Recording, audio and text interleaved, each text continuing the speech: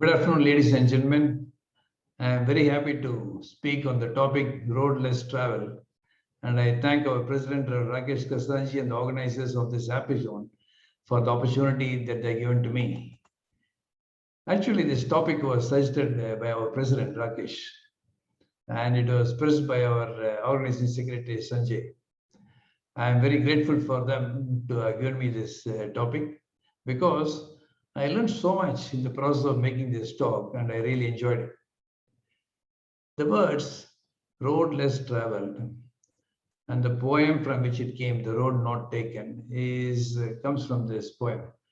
It's a poem from the Robert Frost, which he wrote in 1915. And the last four lines of the poem has become very popular. He says, I shall be telling this with a sigh, somewhere ages and ages hence. Two roads diverged in a wood, and I, uses the word I again, I took the one less traveled by, and that has made all the difference. The last stanza has been hailed as a clarion call to venture off the beaten path and blaze a new trail. Frost's lines have often been used or read as a celebration of individualism and of high achievement. And that's the whole poem. I think it comes as four stanzas, and each of 5 lines. And I'll be basing my whole talk on this poem itself. Actually, if you just go into how or why he wrote this, I'm sure Robert Frost himself would have never thought it to become so popular. He wrote it for his friend Edward Thomas, who is also a poet. He wrote it as a joke. When they usually went for walking together, his friend Thomas was chronically indecisive about which road they ought to take, and in retrospect often lamented that they should, in fact, taken the other one. So Robert Frost wrote this poem, didn't think much about it. Yeah, a few months later, he wrote this to him again. Soon after writing this poem in 15, Frost gripped to Thomas that he had read this poem to an audience of college students, and that they had taken it very seriously. They had taken it pretty seriously, despite doing my best to make it obvious that by my manner that I was just fooling. However much Frost tried to do, he just wrote it as a joke. And he also said, I'm never more serious than when I'm joking. As his joke unfolds, Frost creates a multiplicity of meanings. I think people have interpreted the whole song in so many aspects. I was also happy to read about it so much and found how much people could analyze a particular stanza. And each of the ones superseding the other. But the song came to stay on, the poem came to stay on, and it has become one of the most read and analyzed poems. The poem, The Road Not Taken, and the words road less traveled tell us that in life, choices are inevitable and we have to make them. It also tells us for every choice that we make, it also has a consequence and that we can't escape from that choice. Surprisingly, the word that is most popular is the words the road less traveled. But then if you see the title of the talk, it doesn't talk about the road which they took, it talks about the other thing, the road not taken. So that's the title of the talk. But the word which has become most popular is that the road less traveled. I think that itself is very interesting. In our career as a surgeon, we stand at the fork so often. We could stand at the fork at this time as to decide at the end of our MS general surgery as to what specialty to take. And after taking the specialty, we are thinking what center to do this, our specialization, what subspecialty to take, which place do we have to settle down, all that, whether we have to work in a team or we have to go solo. We've got so much of thinking you have to do. And every time we stand at that fork, most of the time we find the decisions are made by impulse. Sometimes that impulse is guided by background experience. That means, your past experiences or people or mentors who could guide you by the past experience. But most often it is done by the brain than by the heart.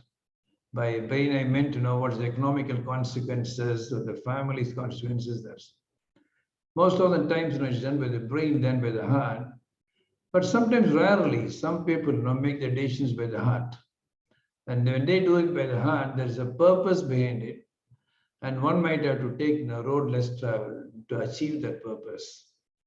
And if the decision proves successful, and then people, the whole world acclaims that taking the road less traveled has made all the difference and applaud the winner. My question is now, does taking the road less traveled give success? That is the question I had when I started preparing for this talk. When I analyzed every case study that has been given, that has been quoted as examples of taking the road less traveled, I found that the concerned persons took the road less traveled to accomplish their mission. Most of them had a deeper purpose in their life. Let's take some examples where it is often quoted, or where the individuals themselves have said they like this poem, that have been inspired by these words. One of that is the L.V. Prasad Eye Institute, and there is a picture of the founder, Dr. G.N. Rao. Right now, L.V. Prasad Eye Institute in Hyderabad stands as a very shining example of excellence in patient care, surgical and scientific research, stunning the society, applause, and outreach. And there is a book which tells about the story of L.V. Prasad, or how L.V. Prasad Eye Institute evolved as a caring organization. The title of the book is So That All May See. I think it's a very nice word, so that all may see. That itself tells about the motto, the purpose for which this institution has been built. When they say all, that means it goes so that it goes to everybody, and they want to take high quality care available, accessible, and affordable to everybody. It's a nice book to read, and it is even available on the net. And if you see the table of contents, the table of contents starts with this poem, The Road Not Taken, the Robert Frost poem. And as you go through the chapters, there is also a chapter which comes under part 2, a model of care. The title of the chapter is again The Road Not Taken. Innovative approaches to care, foundations for quality care. I think that's one which has been given as the care. So this is considered to be one of the best chapters for the whole book, and all of us have to read it. I asked Dr. Nag, I think I called him a couple of days ago, as he likely to be called, Dr. Nag, and he asked him as to why he put the poem in the front. And he said he liked it, and he also listed a few of the practices that were not practiced in India, which made it, and he made them mandatory when they started. He left off a great academic career in the United States in Boston, and then came back in 1987 to start this institution. At that time, when they start the institution, they do not know that they'll become so big. But then they have a purpose. They want to make it big. They want to achieve things. And then for that, they have to take up certain things which were not practiced as a routine in India. And he said that made all the difference. And I asked him to list some of them, and then it's also in the chapter. But they're not very big. They're not extraordinarily technologically advances and all that. But then they're all not concerned to a certain amount of discipline. For example, 7 a.m. morning teaching session every day with mandatory attendance. It's not by choice. It's not the choice that you have choice to attend it or not. 7 a.m. teaching sessions every day with mandatory attendance. That does not require a big technological advance, but then our technology is set up, but then it requires a lot of discipline. Focusing on comprehensive care, when many more institutions are focusing only on cataracts. That again is there. And even today, I think many of the big institutions cannot be dedicating their doctors for research 1/3 of the time, dedicated time for research. And staff promotions based on performance, and not by the seniority, as the number of years they put into the hospital. Increments merit-based, and exceptional people given accelerated growth. So these are all the things which are road not turned. But more than that, when you in another talk, which is also a part of a symposium, he said that in their 40 years of their existence, they have found They have found not a single instance where the person, anybody in the person asks for a tip. Those people are not highly paid, but then they found that not a single person has asked for a tip from a patient. I think that's a very, very, very difficult thing to continue to make it, and that type of culture to be created. That means they should have walked a great path. But then these roads which they travel are not smooth, and they are not short. That means that they have to go a long way. But what keeps them going? I think the purpose, which is there deep in their heart, the conviction of the purpose, and to achieve it by putting in the effort, whatever it takes. They are willing to put whatever it takes. And most of the time it happens that why it takes is that because they chose the road that is less traveled. I can give a lot of examples. I think where these words are used to give examples, so some of these are the purpose behind Arvind Eye Care, which is that of preventing needless blindness. LV Prasad Eye Institute, so that all may see. In fact, in our own hospital, what we thought was when we began, that we need to provide quality care to all trauma patients, irrespective of the time of their arrival to the hospital or their affordability.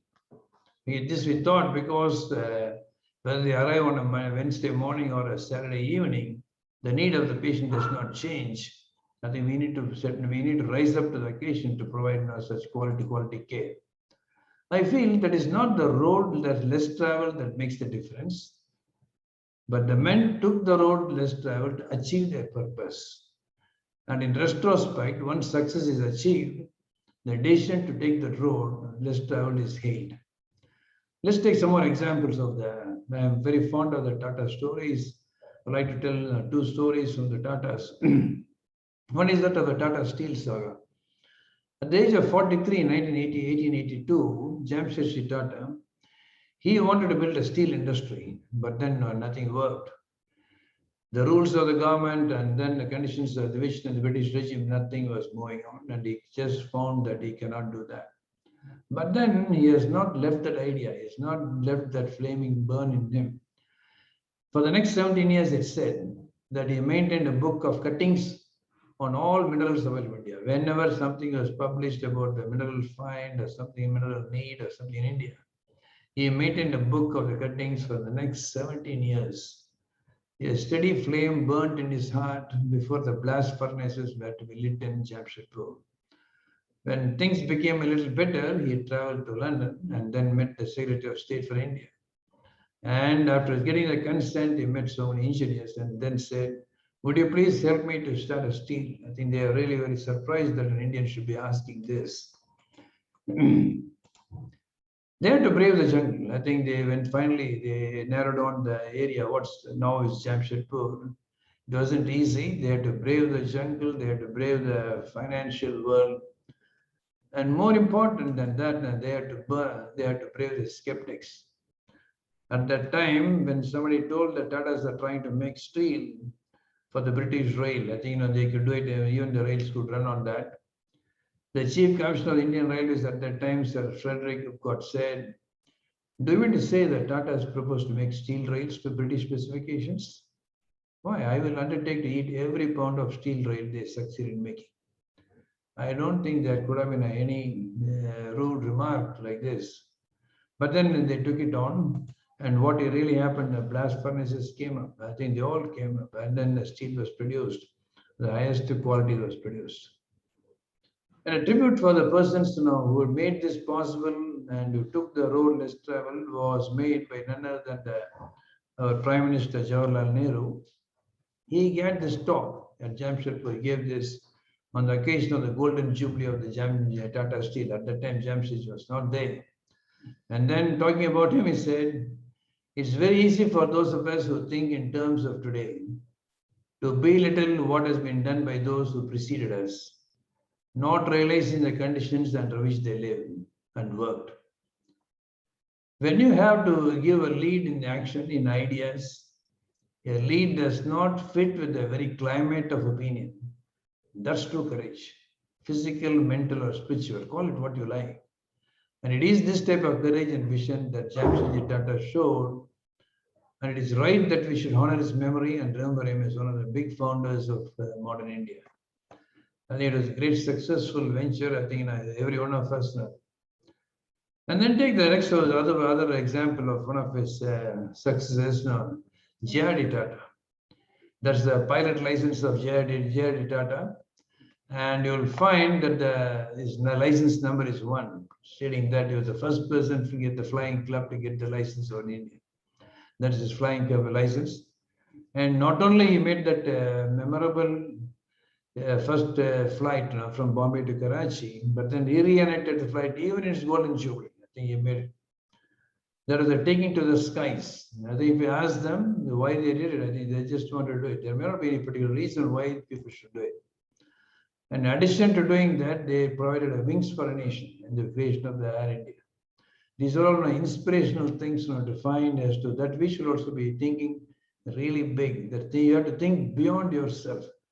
When you think beyond yourself, I think to achieve that, what you need to do, you need to take the road less travel. And I would say that our own example, we were guided by these sort of examples. That's where when Ganga Hospital started in 1978, in 1991, when we came back, that's our hospital. We had about 35 beds and 4 operating rooms, and there we stand now 2021 with this new building. Right now, we have 600 beds and 36 operating rooms, and we do about 26,000 surgeries a year.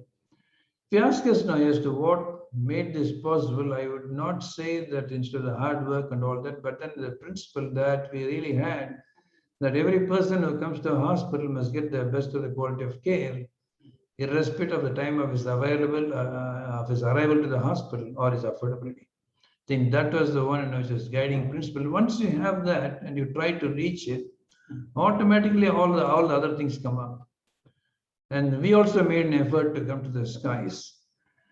And we started the Ganga Air Ambulance. There's always been a point which always I loved it. I think we need to do it because it's one of the things I got when I was working in the United States, that we need to do that.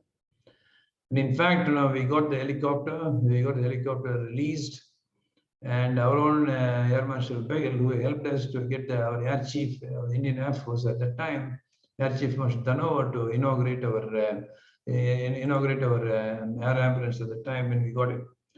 It was a very momentous day for us, and then everybody was gaga with that because that was India's first air ambulance, which was hospital-based. By that which I mean that I had the power to decide on what cost we'll transport, whom we'll transport, when we'll transport, everything we had the power. It was not to anybody else. It was the first hospital-based air ambulance. And we did create many records. We just took from people, I think what would eventually this injuries of an anesthesiologist. When he was very sick when he came from Hubli to Coimbatore, which normally would take about 12 hours by road, we were able to get him in 2 hours. And then I made him very well and then go on to his life. And now the first thing he did after he became better, he said, I started becoming a CPR instructor. We transported a patient on ventilator from Tuticorin to Chennai in the helicopter. Nothing, nowhere, nothing, never been done for 600 kilometers in helicopter in a ventilated patient. We shifted a heart transplant from Christian Medical College Hospital, Vellore, to Apollo Hospital, Chennai, and a theater-to-theater time of 65 minutes. I think it's a record. We did a lot of things to bring in the cost down for transfers. And we are really in a very defining emergency and trauma care. And we are proving that it is possible to do it, and we're refining the process. I think we are going on an uncharted plane. But then, unfortunately, we had to fold after some time because the company which leased us the helicopter missed seeing the future. They thought that they had better grounds, better pastures in politics, and the elections came up. It could be used in a better way. So, but the lesson that we learned was when you go on a road that is less traveled, that means if you want to achieve an impossible, you need to have full control. I think that's one of the lessons that we learned. But then we are not giving up. In one of the International Federation of Hand Surgery meetings, a good friend, Michael Tonkin, talking of another incident, was telling me, Raja, in the end, all ends well. If it is not, it's not the end. Okay, I think that's a fantastic statement, which I always keep whenever now we miss a thing or we have end up in a disappointment. So we do look for another day when we could take to the skies again. Now I go back to the last stanza of the poem. I took the one less traveled by, and that has made all the difference. But then what we really have to think is that the decision has made all the difference. That's true. But the word difference itself conveys no sense of whether this choice made the speaker's life better or worse. I think that's very important. When you say that we have to be, when we are, if you take somebody or if you recite this poem to a younger audience, then we will tell them that you need to take the road less traveled. Not that they should take care of anything which is conventional, and then if you take something road less traveled, they'll get better. I think it's not true like that. But what is important is that taking a road less travel will make it if you have a good purpose. I think it's the strength of purpose and the conviction of the cause that makes the difference.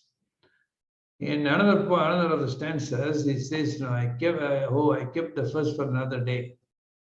I really don't know whether we can keep it for another day. And I doubted if I should ever come back. Unfortunately, we may not be able to come back to the same folk to decide this way or that way. So it's very important that we decide now rightly, because no man ever steps in the same river twice because the water is flowing. As the Greek philosopher said, it's not the same river. And you are not the same man. So things are changing. So that means every time we take that decision when you're in a folk, I think we need to take the right decision. It is a simple fact that the choice is almost always inescapably inevitable. Do make those choices with a good purpose in mind. When you have a bigger purpose than yourself, to accomplish it, you may have to take the road less traveled. One of the other habits to avoid, which I learned, which I nicely said in preparation for this talk when I read so much about Robert Frost.